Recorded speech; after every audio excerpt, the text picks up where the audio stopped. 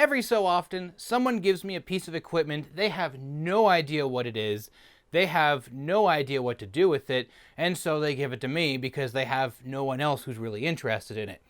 This is not one of those devices. This here is the Xerox 401, or 400 Mark I, it doesn't really say. It's a telecopier. It's a fax machine. This is the earliest of the fax copying systems. You put your phone over here, your handset in here, and it's an acoustic coupler on its own little cushioned pad, and your document actually hides in here because this uses a rotary drum to take your document, and then it uses a light source as it travels across to, I wouldn't so much say digitize, but modulate it and send it out over the phone lines. On the other way around, when it's in the receive mode, it has a little tiny element here, and you use a special kind of paper, and a high voltage is applied to it through the drum, and kind of in the nature of a spark gap printer, it burns the image from that's coming in modulated onto the spinning document, which is on the spinning drum, and that's how you get the copy of what you're working on. I really wanted to demonstrate this to you actually, but unfortunately as I was getting ready to show it off, it stripped out a gear. This gear here connects the motor to the gear linkage for the drum. It's made of a plastic material, which with time, it just becomes yellow and it turns to a consistency of cheese. So it just stripped out. I have tried 3D printing it. Here's a sample that I had tried to resin print, and it didn't work all that well. I was running into difficulty. So at this time, this is a non-functioning copier, which is unfortunate because I'd spent so much time getting it back into a working state. But let's keep this in mind for the item that I was given that, well, they didn't know what it was, and we had a vague idea because it called itself Superfax. Okay.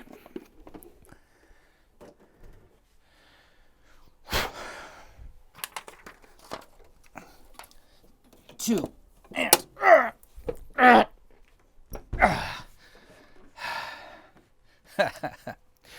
This calls itself the Superfax machine. It is absurd. It's made by a company called Dodwell. Kind of. We'll get to that. This does everything that we saw with the Xerox machine, but it's massive. And it's kind of strange because we have this side here, which has a clear plastic, and this side here, which currently has a piece of paper taped to it. I'll try and explain what I was doing here.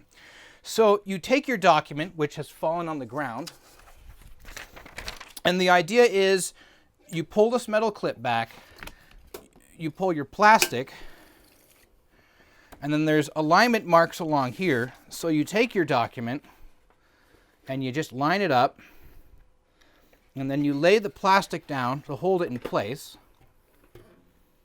And then when you get to the end, you raise this again, you drop it down, and now it's free to rotate. So this is what we've seen before already. Now we have a bunch of extra controls that the Xerox doesn't seem to have. This one right here, it just kind of has a selection number. I'm not or for source. I don't mean what that means. I don't really understand what that means. I think it just increases the intensity and voltage on this.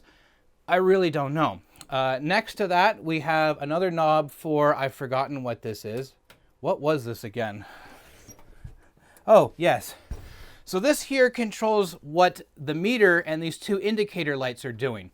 The meter and the indicator lights are for these two last controls here, which are for your intensity and for your background. I'm assuming one's to set your white level, so you don't specifically transmit the white, which you don't need, and your blacks, which are high contrast, and it lets you set your gray shades. And I noticed along here, we have a nice little scale of shades of gray. I'm assuming this is all for self-adjustment and calibration, because it doesn't do it itself. This has a little card right here which tells you how to make all of these adjustments, what the neon lamps do. Okay, so you put the document on there, you adjust all of that, and then there's a lever that's hiding, this thing is massive, that's hiding right here, and you would probably set it to 0, and you would turn the lever. That engages it with a gear which is not synchronized, but it's on the same motor as this drum. And as that drum were to rotate, there's a little tiny indicator here that slides across. This is using the exact same optical pickup system that we saw on the Xerox as well.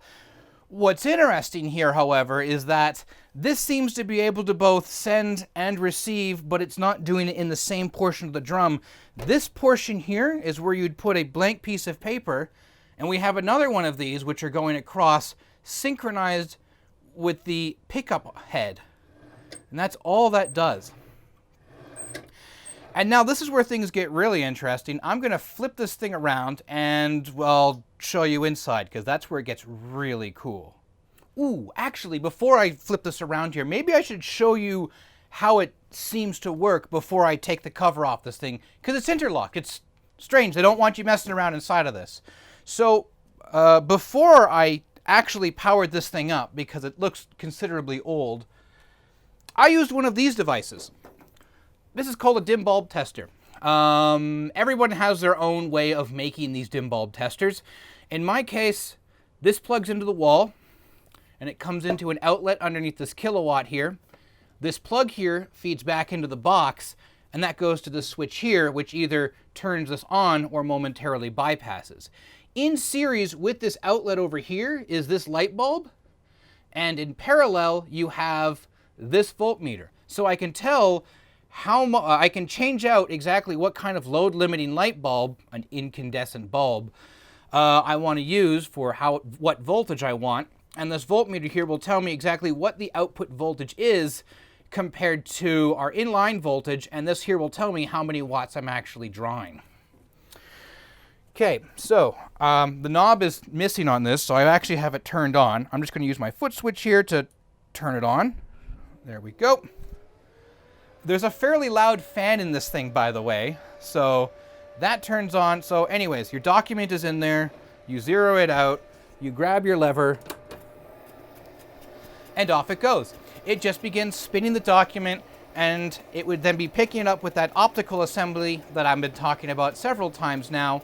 It then modulates it, doesn't really digitize it per se, and because it's a fax machine, presumably it's sending it off.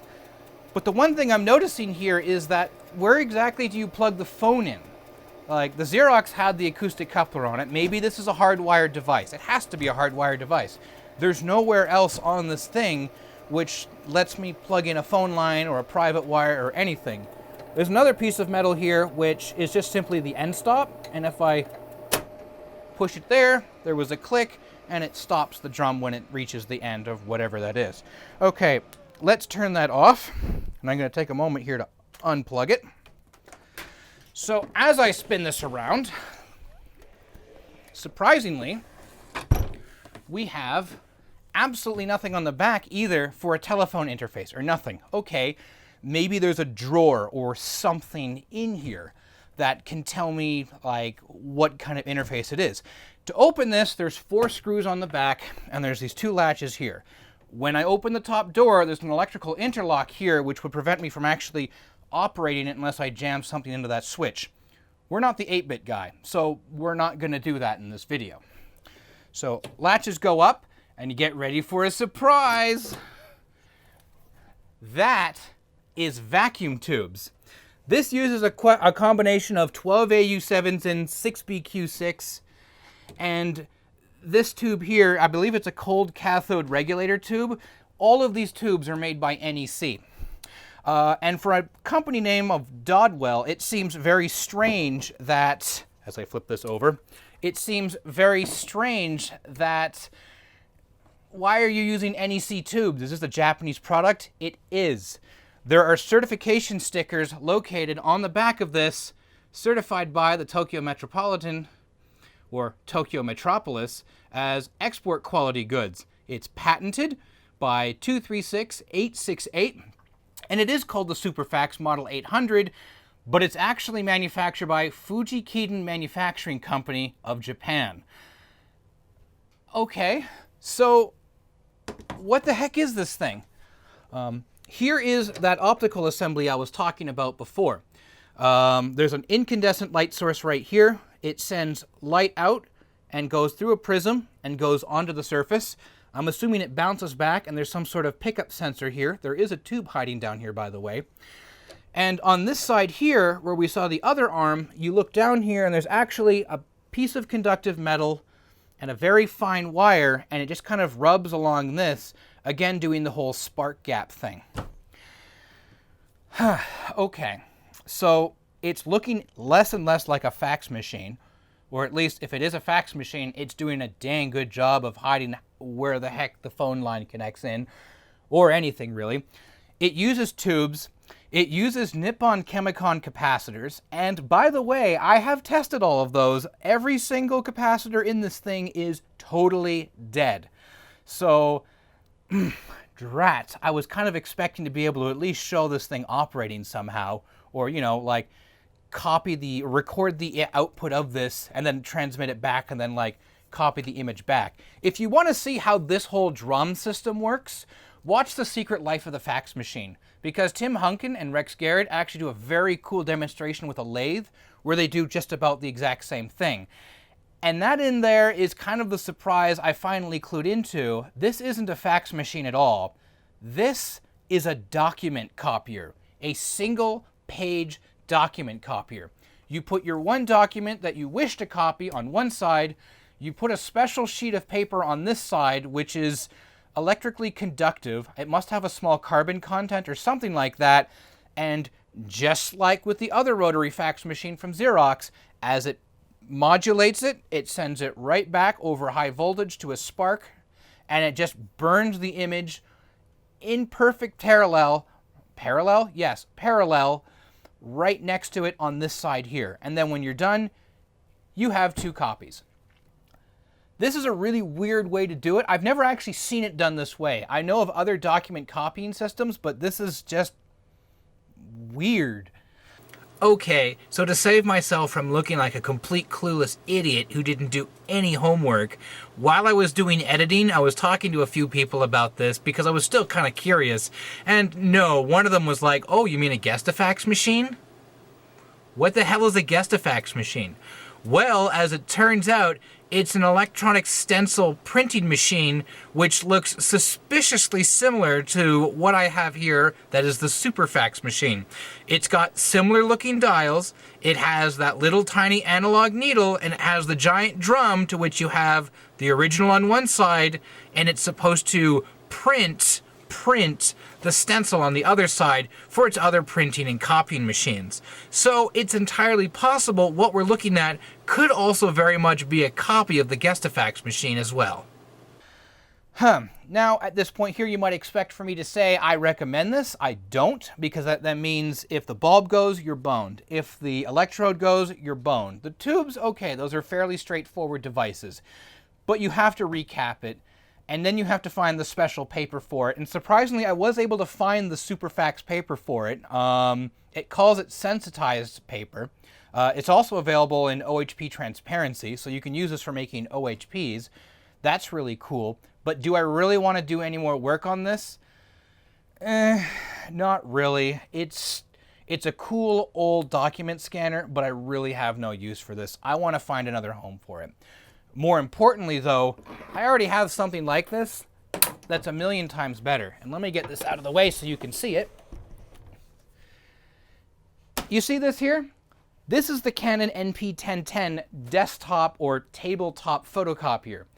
This is modern xerography and drum toner transfer technology. Even though this thing here is, what, 20, 30 years old, this just needs a drum and some toner, and I can guarantee you, this is ready to go. This uses conventional paper, which I can easily get. Heck, I even have the manual for it, which is absolutely fantastic. I would rather use this before I ever use this. And in fact, I don't even have any documentation for it. I can't even find any mention of it in marketing anywhere. It's just such a weird alien device. It uses vacuum tubes, it uses a rotary drum, it's cool, but it's massive, it's heavy, and even I would call this really obsolete. But I guess I was able to figure out after some research, investigating, and looking around physically that this is just a document copier instead of what it says it is, a superfax. What would you even call a superfax? Like a color fax machine? I don't know. But there we go. I do hope you enjoyed this little look around and talk about the Dodwell superfax machine, even if it turned out to just be a document copier. I've honestly never seen one of these, so it's kind of cool to get my hands on one of these to play with it. And even though it doesn't work, if you're interested in this, or you know something about this, or you've worked with one of these, please leave a comment down below. I'd love to hear about it, because there's nothing about this. And it's cool, but that's all really I can say for it. Anyways, I really hope you enjoyed this video, and until next time, have a good one.